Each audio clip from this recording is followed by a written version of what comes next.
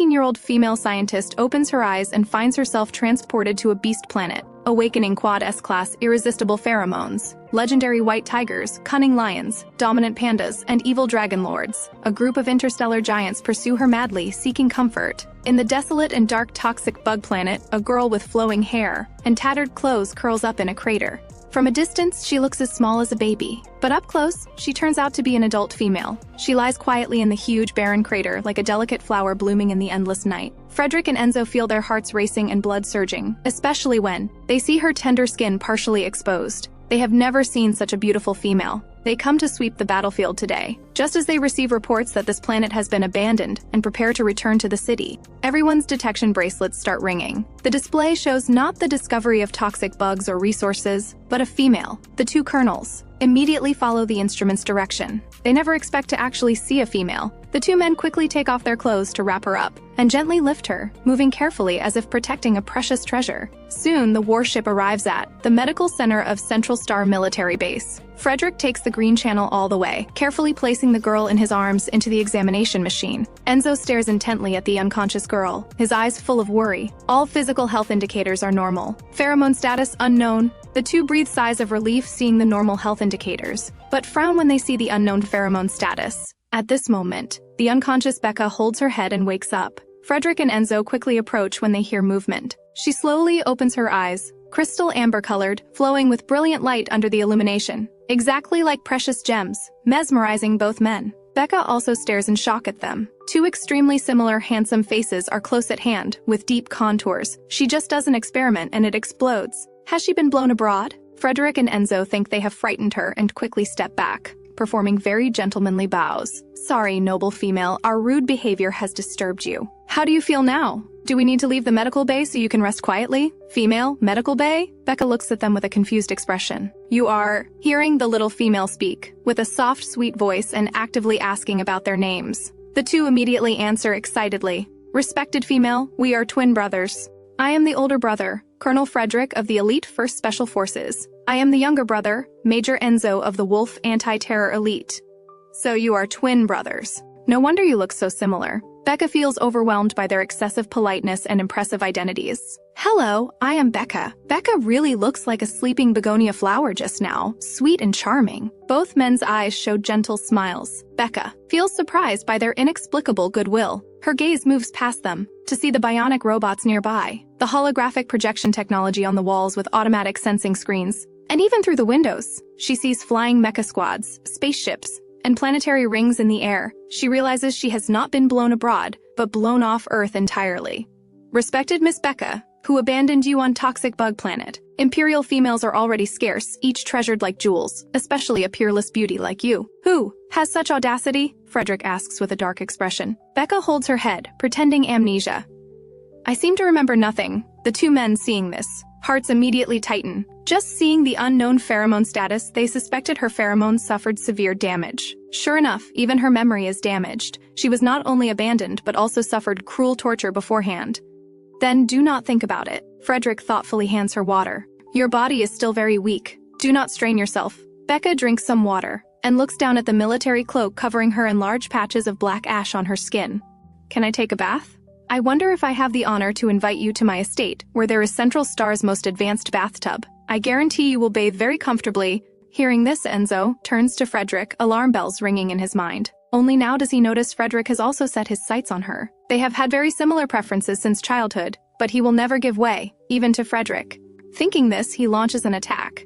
Respected Miss Becca, you can also choose my estate. There is a natural bath pool surrounded by colorful flowers. It is very beautiful. I believe you will like it very much. Frederick frowns at Enzo. The previously harmonious brothers now have subtle tension between them. Becca watches them compete with invitations, feeling somewhat flattered. Though they saved her, it seems inappropriate for a girl to go to two men's homes to bathe when she just met them. Frederick keenly senses her emotions and realizes how offensive he has been, actually inviting a female he has known less than a day to bathe at his home. Under Imperial law, this could be classified as harassment. He used to despise males who showed flattering, tail-wagging behavior in front of females like overly eager admirers. He never expected that meeting his favorite female would make him even worse. Sorry, I was presumptuous. I will contact the Female Protection Agency immediately.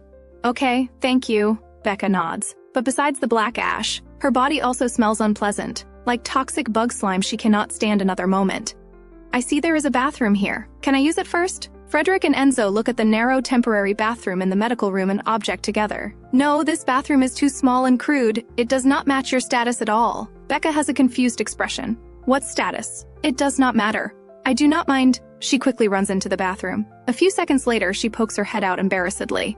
Could you help me find some clothes? Of course. The brothers see her slightly poking out her little head, with shy expression and careful requests. Her appearance almost melts their hearts. Since Imperial females are scarce, each enjoys the highest treatment and most generous conditions, inevitably developing arrogant, demanding personalities. But Becca speaks very respectfully to them and shows shy, grateful eyes. Every sentence with her soft, sweet voice feels like tiny electric currents. She is really special, and they like her very much. In the Empire, after discovering a female and testing her at the medical center, calling the Female Protection Agency completes the process. But they do not want to leave it all, standing guard outside the little female's bathroom like loyal bodyguards. Becca enters the fully automatic bathroom and finds an automatic sensing screen on the wall. A three-dimensional bee cartoon flies out flapping wings, asking, "What would you like to know?" She touches the option below. Imperial civilization, it turns out. The planet she has been transported to is called Central Star, a centralized planet ruled by royalty covering hundreds of star systems and organizations. Technology here leads Earth by several years, and the species differ from Earth, all evolved from beasts. Males possess combat power and glands, while females possess pheromones for soothing and marking males, preventing males during heat cycles or with excessive combat power from mental collapse and reverting to wild beasts. Glands generally exist at males' neck backs for females to inject pheromones marking partners. When marked, males experience intense pleasure, even feeling happy enough to die. Pheromones are unique to females, divided by concentration and type into levels from low to high: D class, C class, B class, A class, S class. Same-level pheromones can soothe same-level and lower combat power males. The highest level can soothe and mark all males. But in the Great War 100 years ago, enemies shamefully used miasma bombs strictly prohibited by the Interstellar Union. Large numbers of physically weak females perished. Since then, the Empire's male-to-female ratio rapidly declined to an exaggerated 90-1. So the country urgently issued female protection law, 100 female privileges, and 1 female multiple male marriage systems to maintain social stability. The two high-ranking Colonel Frederick and Major Enzo outside are so polite and caring simply because she is female. Born female. Without any additional factors, she receives everyone's respect and preferential treatment. Just thinking about this makes Becca feel delighted. But she quickly wakes from this beautiful dream. This range probably does not include her. She is human with no pheromones at all. At this time, Frederick and Enzo wait patiently outside. These two officers who usually fight on battlefields without attention to details now, one carefully arranges his collar. Another carefully combs his hair, seemingly competing in appearance to leave better impressions on the little female. When they hear bathroom sounds, both brothers look up together. Seeing the little female slowly emerge, their eyes go straight. In misty vapor, her black, soft, dense hair falls wetly with transparent water drops rolling down snow-white tender skin. She is so beautiful they want to kneel immediately and beg her to be their female master. Central Star is close to the sun with strong ultraviolet rays, so most people have light brown skin. Skin as snow-white and tender as hers is extremely rare, making people want to touch it. Respected Miss Becca, please allow me to serve you by putting on shoes. Frederick speaks stutteringly, eager to do something for her. He quickly takes new shoes and kneels on one knee. Becca feels startled by his sudden kneeling. Before refusing, she sees Enzo approaching with a hairdryer. Respected Miss Becca, please allow me to serve you by drying your hair. Before she can speak, both men begin acting. Enzo lifts her wet hair to turn on the dryer. A faint fairy wood fragrance suddenly rushes into his nostrils, making his entire nervous system active and intoxicated, wanting to transform into beast form and roll comfortably on toxic bug planet. When they discovered her, she was stained with toxic bug stench without this enticing scent. Her pheromones are damaged. Even machines cannot detect them. This should not be pheromones but pure natural body fragrance. He cannot imagine if this scent were pheromones. Just releasing slight concentration would make him tremble with pleasure. Frederick kneels down and is about to hold her feet when he smells extremely faint snow lotus fragrance, making his hands shake and nearly drop the shoes. He cannot help leaning closer to smell carefully. Really, the elegant snow lotus scent. So fragrant. He really hopes to kneel longer, always kneeling, infinitely enjoying this charming smell the little female gives. Becca watches the two active officers, worried they act because of pheromones, so she actively mentions you two officers. When I woke just now, was I having a physical examination?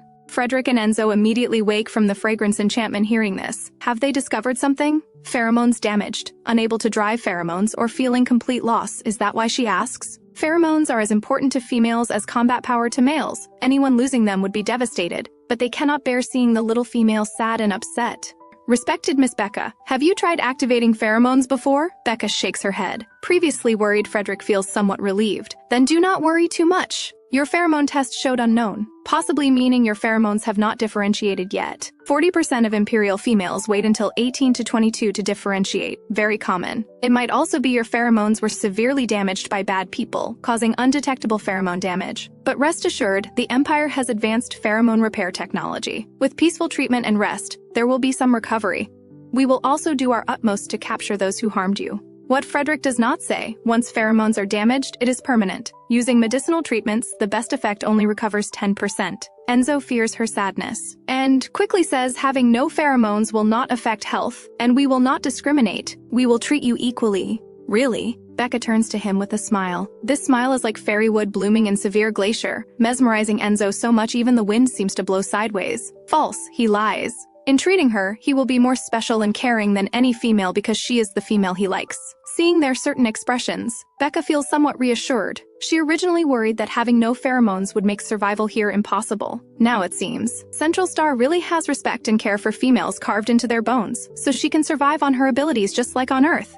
Thank you both. Frederick's eyes contain smiles. Respected Miss Becca, caring for females is male's natural mission and honor. You need not thank us, we cannot accept it. Then you do not need to be so polite either. Just call me Becca or Becky. After surprise, the brothers immediately compete using these names. In male-female relationships, using nicknames is very intimate behavior, especially when females actively allow it, equivalent to goodwill signals. Becca also smiles. They really like the sweet feeling. She suddenly becomes very curious about their beast forms. They should be gentle, right? At this time, the medical room doorbell rings. The screen shows Female Protection Agency staff have arrived. Sigh. After reading Beast World novels where girls eat so well, she also wants to go in and act for 2 episodes. She never expected to actually enter a female-dominant beast planet. The girl stands in place in disbelief. This really lets her experience it, but when the girl first arrives at this planet, her body shows no detectable pheromones. The 2 proud S-class males who picked her up have already fallen for her as the Empire's youngest and most brilliant twin stars. Born into a century-old noble family, they even look down on princesses with high-level noble pheromones. But now, they compete openly and secretly for a girl without pheromones, drying her hair and serving her shoes. They do not want to leave her for a moment, until the Female Protection Agency staff arrives. Only then do the 2 reluctantly let go of Becca. Female Protection Agency Director Diana sees the Empire's proudest and youngest Twin Star school officials humbly and attentively caring for a female, and opens her mouth in amazement. But the moment she sees Becca, she immediately understands. She is so beautiful. Beautiful lady, I have heard about your situation. I will take you to the central brain to check your identity information now. Diana opens her holo device, intending to do a work handover with Frederick and Enzo. She does not expect the 2 school officials to have no intention of stopping, as if their eyes are glued to her. It seems the Empire's most brilliant twin stars will be collected by the female master. She can only say, then let us go together, on the flying ship. Diana chats with Becca. Frederick and Enzo find it inconvenient to listen, so they stand by the window admiring the outside scenery. Enzo cannot help but boast, when I was drying Becky's hair just now, I smelled a fairy wood fragrance. That is my favorite scent. Frederick feels somewhat puzzled. Are you sure that is not snow lotus fragrance? Of course, how could I mistake my favorite scent? Frederick, you forgot that wolves have the keenest sense of smell. I have not forgotten, but I will not confuse the scent of snow lotus either. Not only fragrant, but also very beautiful. His last 3 words seem to hint at something. Enzo follows his gaze to see Becca with her radiant smile. It seems Frederick is determined to compete with him, but it does not matter. No matter who he competes with, he has never lost. Frederick seems to sense his emotions and gives a slight hum with a touch of disdain. At this time, in the Central Brain Information Department, Diana covers her mouth in shock. How can this be? Hearing this, Frederick and Enzo quickly step forward and see 4 large words clearly displayed on the main brain screen, no record found. For a moment they feel both shocked and angry, with a greedy possessiveness secretly growing in their hearts. They are angry that this very likely happened because she was abandoned, kidnapped, or hidden and abused from birth. But since the main brain has no information about her, it means she has no family, no males, and now even no memory. So in the future, will they be the people closest to her? Watching their reactions, Becca roughly understands what happens. She is from Earth. Having no information here is very normal. Just as Becca worries about how to muddle through, Diana suddenly shows an extremely joyful smile. Wonderful! The Empire has gained another female. It is truly a gift from the beast god. Frederick and Enzo also step forward, both giving her formal military salutes and solemnly promising Becky, "From now on, we will always stay by your side and protect you well." This completely unexpected reaction moves Becca deeply. "Thank you both." Diana takes Becca to the statistics department to enter identity information. But when she sees the medical report showing unknown pheromones, her eyes show some regret and pity, because in the future, her treatment and mate selection will be much worse than normal females. In this case, the Female Protection Agency should care for her even more. After Diana finishes entering all information, she manually sets a 3-month protection period. "Well, next I will take you to tour your new home. No need to trouble Director Diana. We two brothers will handle the rest." Frederick takes the keys. Enzo also picks up the newly distributed items. Diana pauses for a moment and nods. She does not expect them to be so active even though Becca has no pheromones. It seems they really like her very much. When Becky follows the two brothers to the arranged residence, she feels extremely surprised. She originally thinks it is just a temporary placement room, but she does not expect it to be a 4-story luxury villa. Full smart home coverage, advanced sensor systems, and everything else are complete.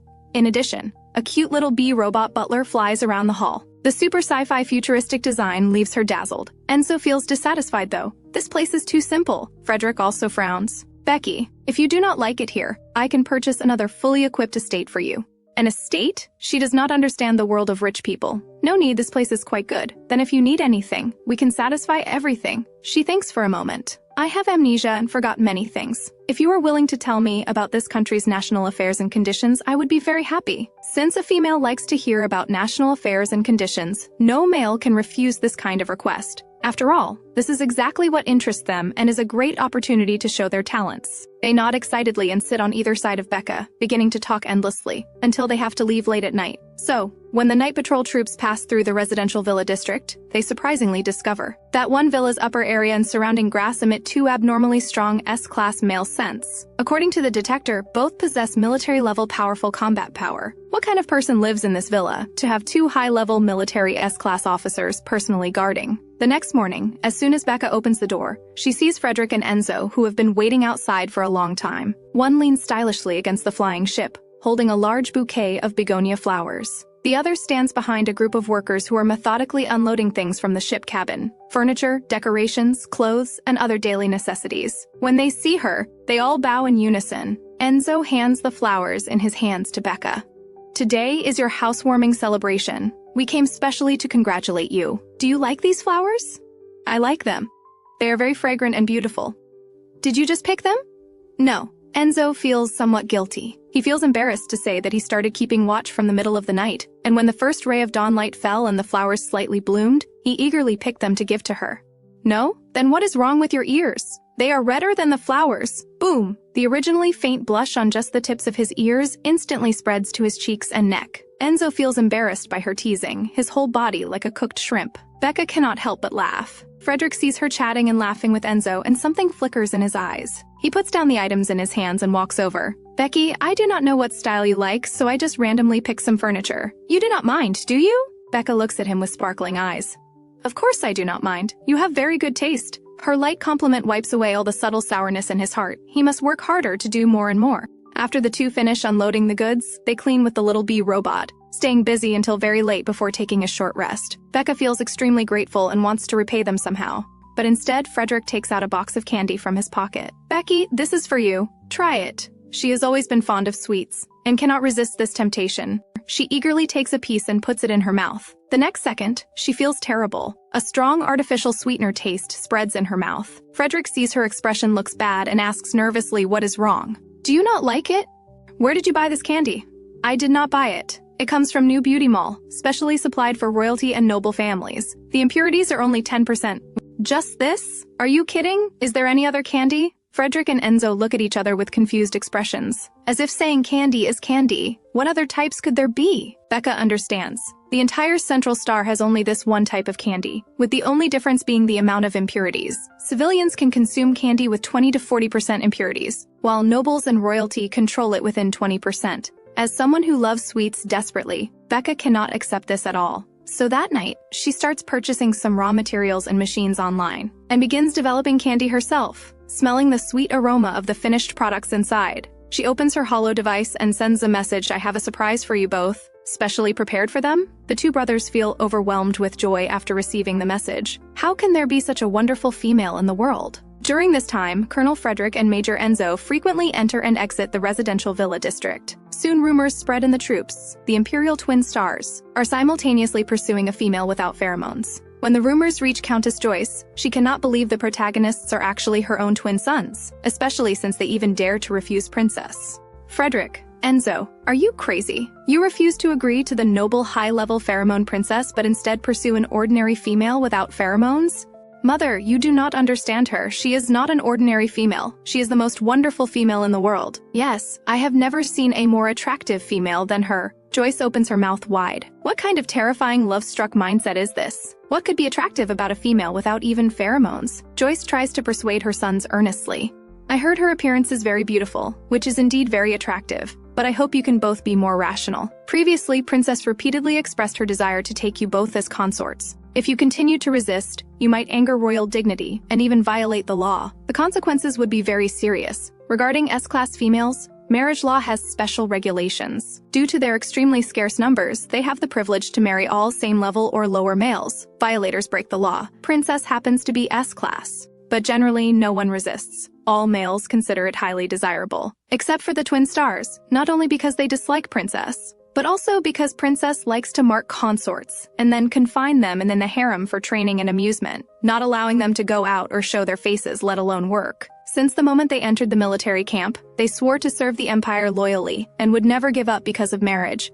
The two brothers state firmly, even if we violate the law and pay a heavy price, we will not agree. Joyce feels so angry her chest hurts. You can ignore the law, but what about biological reactions? How will you resist? Frederick, I remember the doctor said your heat cycle is next month. Without same-level female pheromones, how will you get through it? Male heat comes fiercely, especially for higher-level males. Without matching pheromone comfort, they can be tortured to death.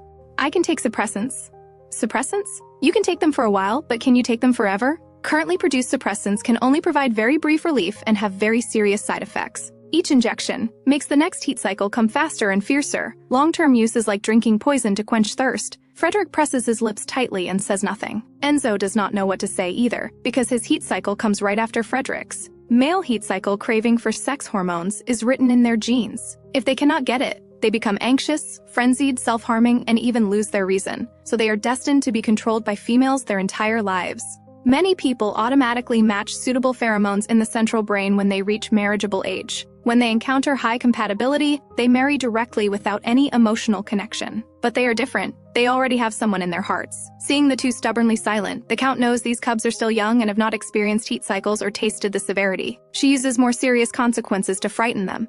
Even if you confidently believe you can resist heat, you are still warriors, on the battlefield with dangers everywhere and difficulties piling up. If you mentally collapse due to excessive combat power without pheromone comfort, do you plan to become two wild beasts? Frederick immediately denies, no, we will not collapse and become wild beasts, just like General Aslan. The Countess takes a sharp breath. That is the war god. How dare you compare yourselves to him? General Aslan is the Empire's extremely precious SS-class male who experienced secondary differentiation and possesses super strong control ability. How can you two young hothead compare? Moreover, he remains unmarried because he has not yet encountered a female with pheromone compatibility higher than 10%. Frederick and Enzo do not want to listen anymore. They only know she wants them to give up Becky with every word, which is absolutely impossible. We will work hard to follow in his footsteps. They leave this sentence in frustration and quickly depart. After leaving the Count's estate, Frederick rushes into the troop training ground to box, consecutively knocking down dozens of warriors, but the depression in his chest does not ease at all. His mind fills with Mother's words about heat, sex hormones, and becoming wild beasts. Actually, he also feels afraid. Afraid that when heat arrives, desire will control his brain and he will become a slave to pheromones. Then, he can never be with Becky again. Frederick walks out of the training ground feeling lost and unknowingly arrives at the residential villa district, even pressing the doorbell. When a slender, delicate figure opens the door and shows him a bright smile, he realizes what he has done. He actually walked directly to Becky's house. So rude. She must hate him now. Sorry, Becky. Before he can finish speaking, a white, powdery thing falls into his mouth. His taste buds immediately burst with incomparable sweetness, something he has never tasted before. What is this? Cotton candy? Candy that feels like cotton. Saying this, Becca pulls Frederick into the kitchen and opens her overnight experimental results. Beautiful plates hold colorful cotton candy, apple-flavored, banana-flavored, strawberry-flavored. These are the surprises I want to give you. Do you like them? Frederick immediately nods like a woodpecker. I like them. I like them so much. I never expected Becky to actually develop candy herself, and the taste is so wonderful. Better than the purest candy on the planet by 10 million times. Becky, you are so amazing. Becca slightly hooks her lips. Creating some small snacks and candies is just child's play for her as a scientific researcher. If you like them, I will give these to you. You can come find me anytime you want more in the future. Frederick receives a gift from a female for the first time, and such a beautiful, precious one. He carefully holds it like a treasure, placing it in the pocket closest to his heart, feeling both grateful and moved. These candies are like endless courage, defeating the entanglement and cowardice surrounding his heart. He fears nothing as long as he can be with Becky. Becky, do you like small animals? He eagerly wants to show his beast form. Small animals? I like them. Becca does not understand why he suddenly asks this. The next second, a strong wind suddenly strikes. The handsome colonel who was just standing in front of her has already transformed into a huge golden-crested eagle, currently one of the largest and most fierce birds of prey on the planet. Although she already knows that people on this planet all have dual forms, seeing this scene still gives Becca quite a shock. He calls this a small animal? Then what is she? A small ant? The highly aggressive golden-crested eagle gently bows in front of her, spreading its wings as if submitting to her or inviting her up. She suspects she misunderstands. How could a distinguished colonel who commands troops possibly let her ride on his body? But his demeanor really seems to suggest this. Seeing her hesitate without moving, he even looks somewhat hurt. Do you want me to get on? The golden crest on his head nods. Becca incredibly lifts her foot and carefully steps onto his wing. Feeling the light little female on his body, Frederick's eyes flash with satisfaction and joy as he directly takes flight from the villa. Her body suddenly becomes airborne, and Becca holds tightly onto his neck in fright. Just as she worries about falling due to flying too fast, she discovers the beautiful planetary scenery below. Towering skyscrapers, energy stations shining with light, endless spaceports, bustling aerial amusement parks, and royal palaces built more luxuriously than the Forbidden City. It is absolutely spectacular. She never imagined experiencing Central Star in this way, just like a dream. Frederick, thank you. You are so good. Being embraced by the little female's warm arms, Frederick feels like the happiest person in the world right now. He wants to carry her flying like this forever, never stopping. In the hunting ground, Enzo vents his anger wildly, when he suddenly smells a familiar scent. Looking up, he sees Frederick carrying Becky flying in the air. Males displaying their beast forms and abilities in front of females expresses their willingness to submit and even court. This usually only happens after more than 6 months of interaction. It has only been a few days. And Frederick actually cheats. Since Frederick can do it, so can Enzo. Swoosh! He transforms into beast form and rushes out of the hunting ground. Enzo races through the lush mountain forest paths. When Frederick flies at low altitude, he quickly runs out and uses his fluffy big tail to lift Becca, placing her on his back, then dashes down the mountain like lightning. At first, Becca does not react, thinking she has fallen from the golden-crested eagle. After steadying herself, she realizes she is actually on a wolf. Looking at the huge muscular build, it is a wolf king. Her face changes dramatically. Just as she is about to call for help, she faintly smells a familiar scent. Enzo, is that you? Enzo's pointed triangular ears twitch, seemingly responding to her. It really is you. Becca feels amazed. Snow wolves are called the most beautiful wolf species on the planet. Their entire bodies have thick, fluffy fur, white as snow. They have developed hearing, keen sense of smell, proportioned and slender limbs, and extremely fast running speed. So fast that Frederick cannot see his figure clearly before he disappears on the mountain path. Frederick lets out a roar that shakes the entire forest and quickly chases after him with flapping wings. Golden-crested eagles have the sharpest eyes in the raptor world, able to overlook the planet from 10,000 meters high and clearly see all creature movement patterns. But the dense vegetation in the forest blocks everything, hiding Enzo's figure completely. Soon Frederick loses track. On the ground, males witnessing this intense competition for a female all exclaim in amazement. It seems the rumors are all true. Becca just toured Central Star's general scenery from above, and now Enzo brings her to the ground for a different perspective. His destination seems very clear. After running down from the mountain path, he heads straight southwest, until breaking into a world of birdsong, flowers, and brilliant colors. Is this the interstellar garden? It is so big and beautiful. Knowing she likes it, Enzo slows down for her to admire. Somehow, though he was just feeling annoyed and irritable because of Mother's words, his mood now feels incredibly calm and pleasant. This feeling is too magical, as if he will never need pheromones in the future, as long as she stays by his side. Becca emerges from the excitement of seeing rare plants and flowers and begins seriously observing this beautiful snow wolf in front of her. The more she looks, the more she likes him, and the less she can control herself. What girl can resist a snow-white, fluffy big dog? Can I pet you? Hearing this, Enzo feels extremely shy, almost burying his head in his fur. When he and Frederick explained the national situation to her, thinking she was still young, they deliberately avoided some basic physiological knowledge between males and females, causing her not to know that only a male's female master can touch his beast form. Seeing his reaction, Becca thinks he is resisting. "You do not want me to?" Yes, he wants it, very much. He nervously moves his head slowly closer to her. Seeing this, Becca immediately happily hugs him with both hands and pets frantically. So comfortable, so wonderful. She cannot help but praise while rubbing against him crazily. The little female does not know how intimate and bold her actions are. The snow wolf, being repeatedly handled under her clutches, feels his heart about to thump right out of his chest. Just as he immerses himself in enjoyment with closed eyes, Becca suddenly stops. "I will not play with you for free, I will pay." Enzo's face immediately darkens. What does she take him for? He is not that kind of male. Oh no, he must have been stimulated by Frederick today to show his original form, making Becky misunderstand. What respectable male would reveal his beast nature to seduce females after knowing them for just a few days? Does this clearly show he wants to be played with for free? He anxiously turns in circles, even his tail drooping, just as he wants to transform back to human form to explain to Becca. He sees her take out a transparent small box from her pocket containing colorful small squares. "This is cotton candy. Try one and you will know." Becky takes out one piece and tosses it in the air. Enzo immediately catches it agilely with his mouth, curiously chewing it. His eyes immediately burst with incredibly amazed light. His throat even excitedly lets out an aw-woo wolf howl. It is so sweet, so soft, so delicious. Becca feels amused by his reaction and pounds the ground laughing, realizing his loss of composure. Enzo immediately covers his mouth with his paws. So embarrassing. What kind of wolf reaction is this? Just like a dog being rewarded by its owner. Becca reaches out to rub his head. "It does not matter. This is a surprise I specially prepared for you. I am very happy that you like it so much. And I think wolf howls are super awesome." Really? She does not think it is dramatic? Really? Can you stand on a cliff and howl at the moon like in the Hollow device? I have.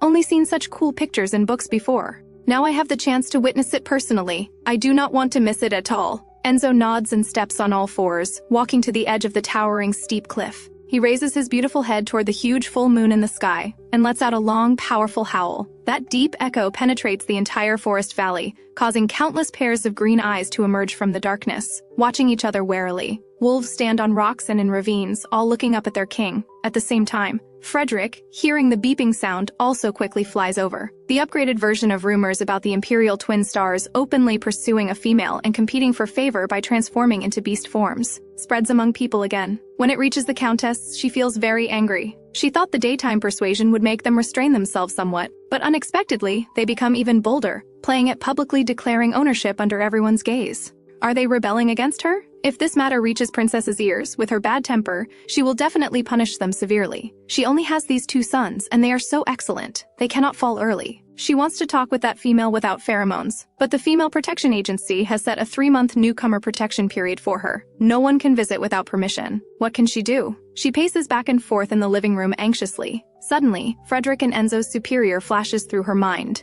General Aslan. As the idol of the 2 brothers, if he comes forward to discipline them, it should be very effective, right? Unfortunately, his status is extremely noble, making it difficult to meet him even for royal relatives and nobles. But if she joins with several other countesses and marquis' wives to petition together, expressing their appeal in the name of females, he should be able to see it, right? Thinking of this, she immediately begins to act. Frederick and Enzo's commanding officer is General Aslan, the god of war of the Empire. As the brother's idol, he was born into the Earl family as a rare noble variant white tiger that appears once in a century, possessing extremely rare SS-class top-tier combat power. He has shown extraordinary talent since childhood. At 14, he entered the military camp and began leading the Central Legion in interstellar warfare. Before turning 20, he was promoted to general. At 22, he achieved an unprecedented differentiation, growing a pair of wings that bring forth flames when spread, truly adding wings to a tiger. At only 26 years old, he became the youngest god of war in history, and the title Crimson Flamed Winged Tiger spread throughout the galaxy. The most miraculous thing is that, according to common sense,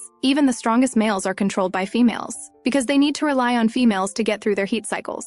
Otherwise, due to their excessive combat power, their minds could collapse at any time. But General Aslan is different. He maintains a pure heart, stays away from women, and has safely passed 26 years. Despite participating in battles so frequently, his mind has never collapsed once. This can only mean he has never met his match. If General Aslan intervenes with advice, it should be very effective. Thinking of this, Joyce immediately takes action. At this moment, at Glansmore Estate, a tall and imposing man stands on the vast training ground. His military cap's brim casts shadows over his moon-white sharp hair, concealing his stern and cold crimson flame eyes. A few days ago, Carlos Planet, which belongs to the Central Star System, experienced a large-scale armed uprising that caused countless innocent casualties. So he plans to lead troops to suppress it. The White Tiger Legion 7th Division stands ready. At this time, an attendant approaches from afar with documents.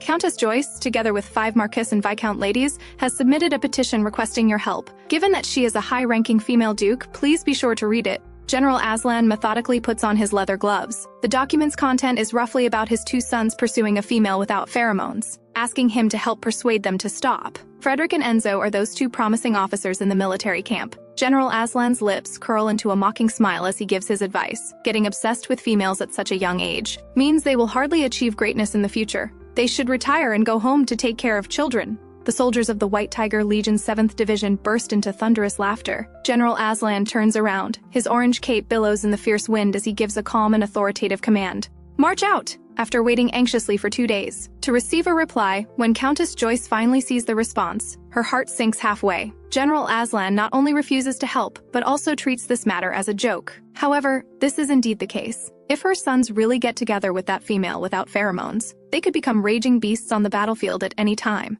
It would be better for them to retire early. A flash of inspiration strikes her mind. The general's cold mockery will definitely deal a heavy blow to her sons. Perhaps they will give up out of shame, considering he is their most revered idol.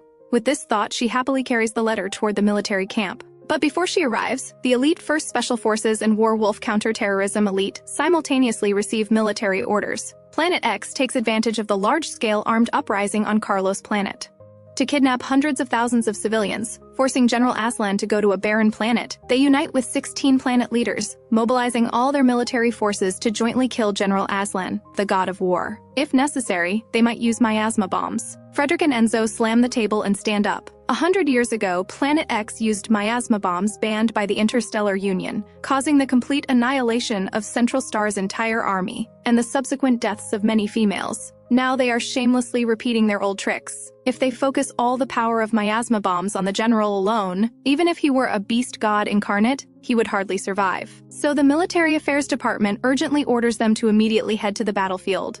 Upon seeing General Aslan, they must persuade him to withdraw. In the past, Frederick and Enzo would have set off immediately without hesitation, but now they have someone they care about.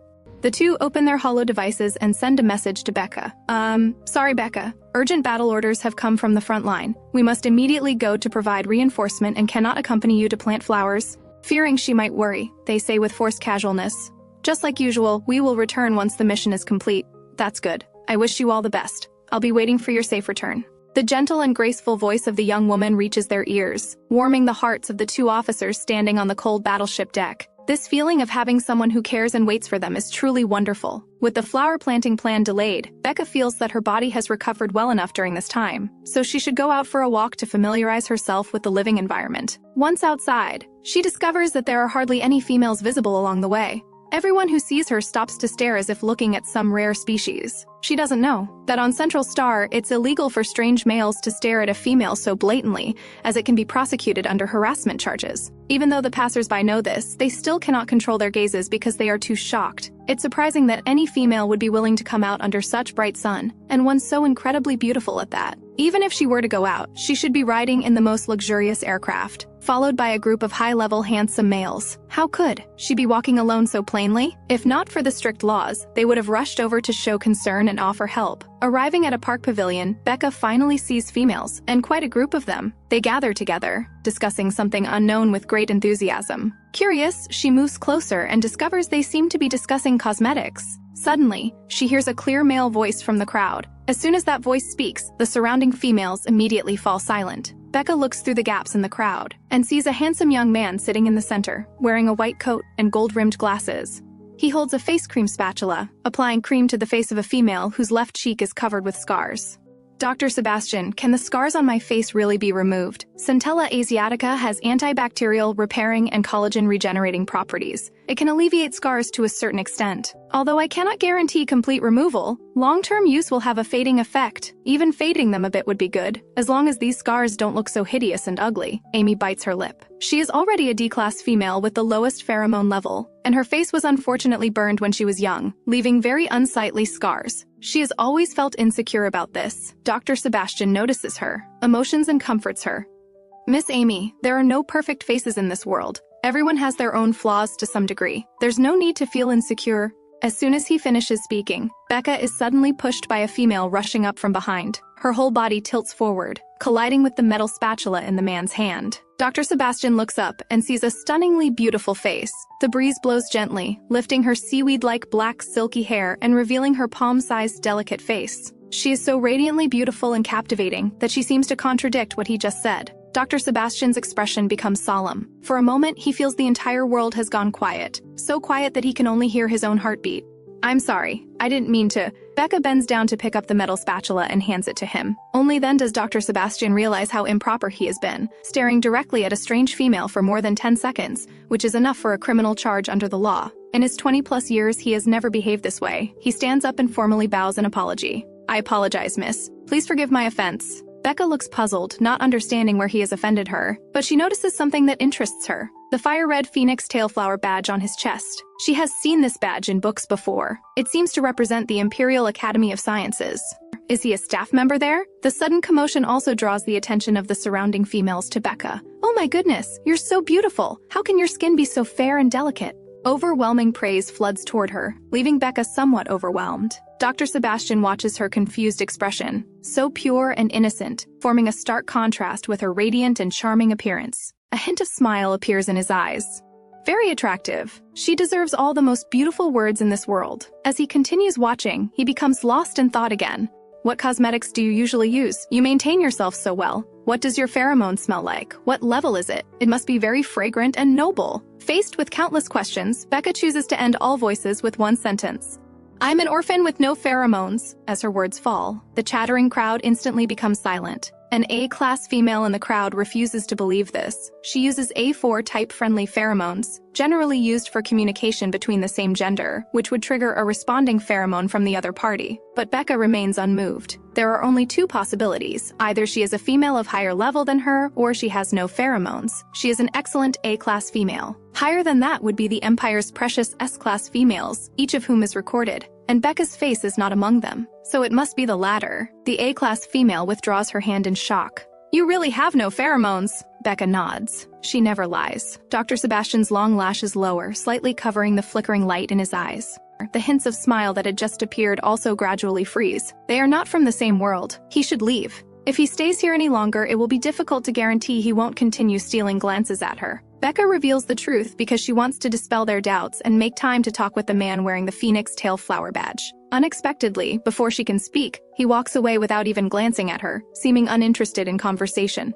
Just as she is about to follow him, the surrounding females hold her back. Forget it. He's not a male you can dream of. Just give up. The group that had been full of envy and admiration for her now only shows pity in their eyes. He's the sole heir of a century-old scholarly family, an extremely rare S-class male in the Empire. He's very rational and objective when it comes to choosing partners. Even we don't dare to have designs on him, let alone you. Don't be fooled by his gentle and approachable nature and willingness to help everyone. That's only because we are females, so he shows extra care. No matter how beautiful you are, it's useless. Without pheromones, no matter how much you pester him, he will only politely reject you. Becca feels they seem to misunderstand something. She only wants to ask if he works at the National Academy of Sciences, to understand the scientific level and operational methods here, and see if she has any hope of re-employment. What's his name? Is he from the National Academy of Sciences? Was he just providing experimental products for you? She asks 3 questions in succession. The females present shake their heads, feeling she is stubborn and too lazy to persuade her anymore. They disperse. Becca feels their misunderstanding has deepened and doesn't intend to continue asking. She turns to look at the D-class female with scars covering her left face.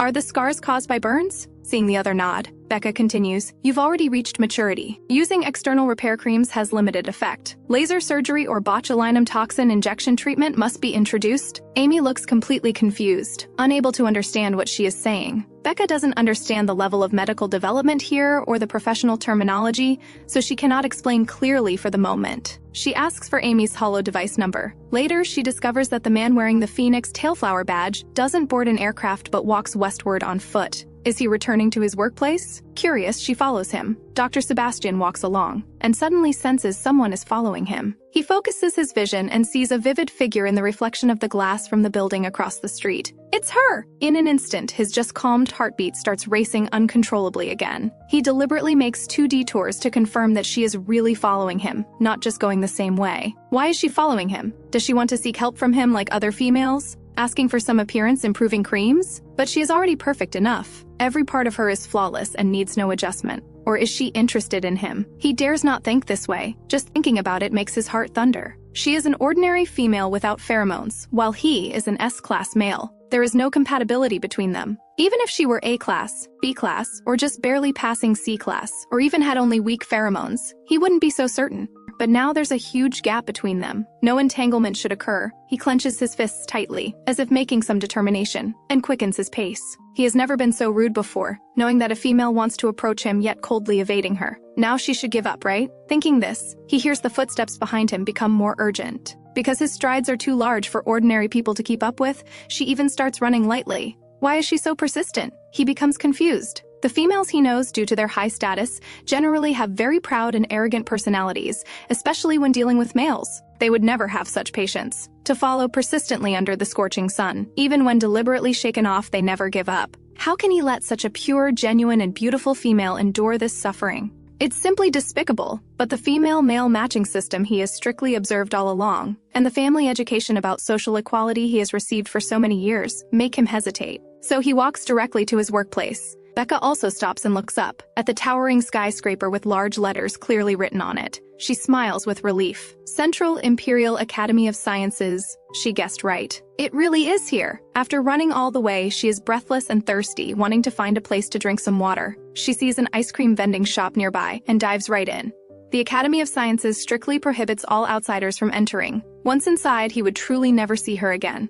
Dr. Sebastian, who has been struggling internally throughout the journey, completely surrenders. As he turns around in despair, he sees nothing but emptiness behind him, with no trace of the young woman. Yes, after chasing under the blazing sun without any response, anyone would become disheartened. Moreover, she is such a heart-stoppingly beautiful female. Who knows how many people would actively flatter her? She could never tolerate being slighted like this. His clenched hands tighten even more, making his knuckles turn white and blue. She must thoroughly despise him, this cold, snobbish, and heartless male. He stands on the steps for a long time, until the sun sets. Meanwhile, completely unaware of this, Becca enters the shop and buys a chocolate-flavored ice cream. After eating a few bites, she notices more and more people entering the shop. Looking curiously, she indeed sees everyone wearing a Phoenix tailflower badge on their chest. However, these are white and smaller in size, different from the deep red one the man wore earlier. Becca approaches a man in the crowd to chat.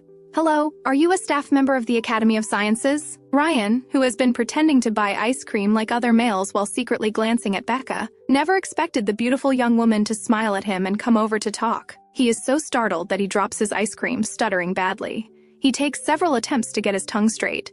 Environmental Management Department intern Ryan. "I'm Becca. I'm very interested in your research institute. May I go in for a visit?" Although the director has strictly forbidden allowing any unrelated personnel to enter, Ryan cannot bear to disappoint her. He grits his teeth and nods heavily. "Of course you can, but today is already after work hours and many departments have closed. I'll take you to see it tomorrow." After the two exchange hollow device contacts and Becca leaves, he feels dizzy all over, grinning foolishly like someone who has drunk fake alcohol. He suffers from insomnia, happy beyond belief that he, an ordinary B-class male, would one day be approached by such a beautiful female. At the same time, in another corner of the city, in the pitch-black Pine Ridge hillside villa, another person also suffers from insomnia. From the moment he turned around and saw no trace of the young woman, Dr. Sebastian has been regretting it. His mind is full of her voice and smile. He wants to apologize to her but realizes he knows nothing about her. In the middle of the night, he presumptuously calls the group of females from the park during the day, but they don't know her either. The next day, at the National Academy of Sciences, a group of researchers are reporting their work. but they notice that the usually energetic director has dark circles under his eyes. This is already the third time today that he has zoned out. "Director, are you all right? Do you need to rest for a bit?" "I'm fine." Dr. Sebastian comes back to his senses and rubs his brow. Suddenly, a familiar and pleasant voice reaches him. Dr. Sebastian reflexively looks up and sees the young woman he has been thinking about appearing outside the window. When the girl first came to this planet, no pheromones were detected on her body. Therefore, even though Dr. Sebastian is attracted to the girl, he still coldly evades her, simply because he is an S-class male, and there is no compatibility between them. His deeply ingrained family education about social matching does not allow him to pursue a girl without pheromones. But when he left the girl behind, he regretted it terribly. So much so that he couldn't sleep through the night. He never expected that his first moment of hesitation would cause him to lose her like this. So the next day, when he arrives at the research institute with lifeless eyes, the usually energetic him has already zoned out 3 times. Dr. Sebastian rubs his brow irritably. Suddenly hearing that familiar pleasant voice, he actually sees the young woman he has been thinking about, appearing outside the window. How could she appear here? Could it be that the beast god heard his prayers? He puts down his report and is about to rush over. But the next second, he sees a male closely following beside her. That seems to be a new intern from the Environmental Management Department. Because of his handsome appearance, he receives much attention from females. He is enthusiastically introducing something, and when Dr. Sebastian sees the young woman occasionally showing delighted smiles, an intense emotion rises from his chest. Dr. Sebastian almost instantly appears in front of the two. Becca is startled by the tall figure that suddenly appears before her. Ryan is also badly frightened. Dr. Sebastian looks at Ryan with icy eyes. "Who gave you permission to bring outsiders into the research institute?" Ryan stammers, unable to speak. He was obviously extra careful, but still ran into the director.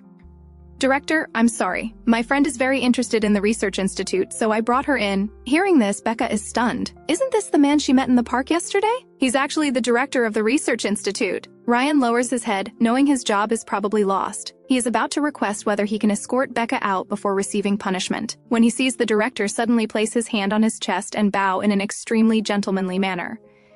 "May I have the honor of inviting you to tour the Academy of Sciences?" Ryan raises his head in disbelief, thinking, "Director, isn't this a bit unethical of you?" Meeting his warning gaze, Ryan quickly runs away. Becca is also confused. She knows she has implicated Ryan and is thinking of ways to resolve it, but unexpectedly, the situation develops in a completely unpredictable direction. "Director, I was the one who insisted on entering the research institute. I hope you won't punish him." Before she can finish speaking, Dr. Sebastian agrees. "Thank you, Director. No need to be so formal. Just call me Sebastian." Becca extends her hand in a friendly manner. "We met yesterday at West City Park. Do you remember?" Dr. Sebastian looks at her hand, his expression slightly dazed. Then he firmly grasps it. Her hand feels comfortable wrapped in his palm. This time he will definitely hold on tight. "Then let me give you a detailed tour." Becca nods happily, but then her eyes lower.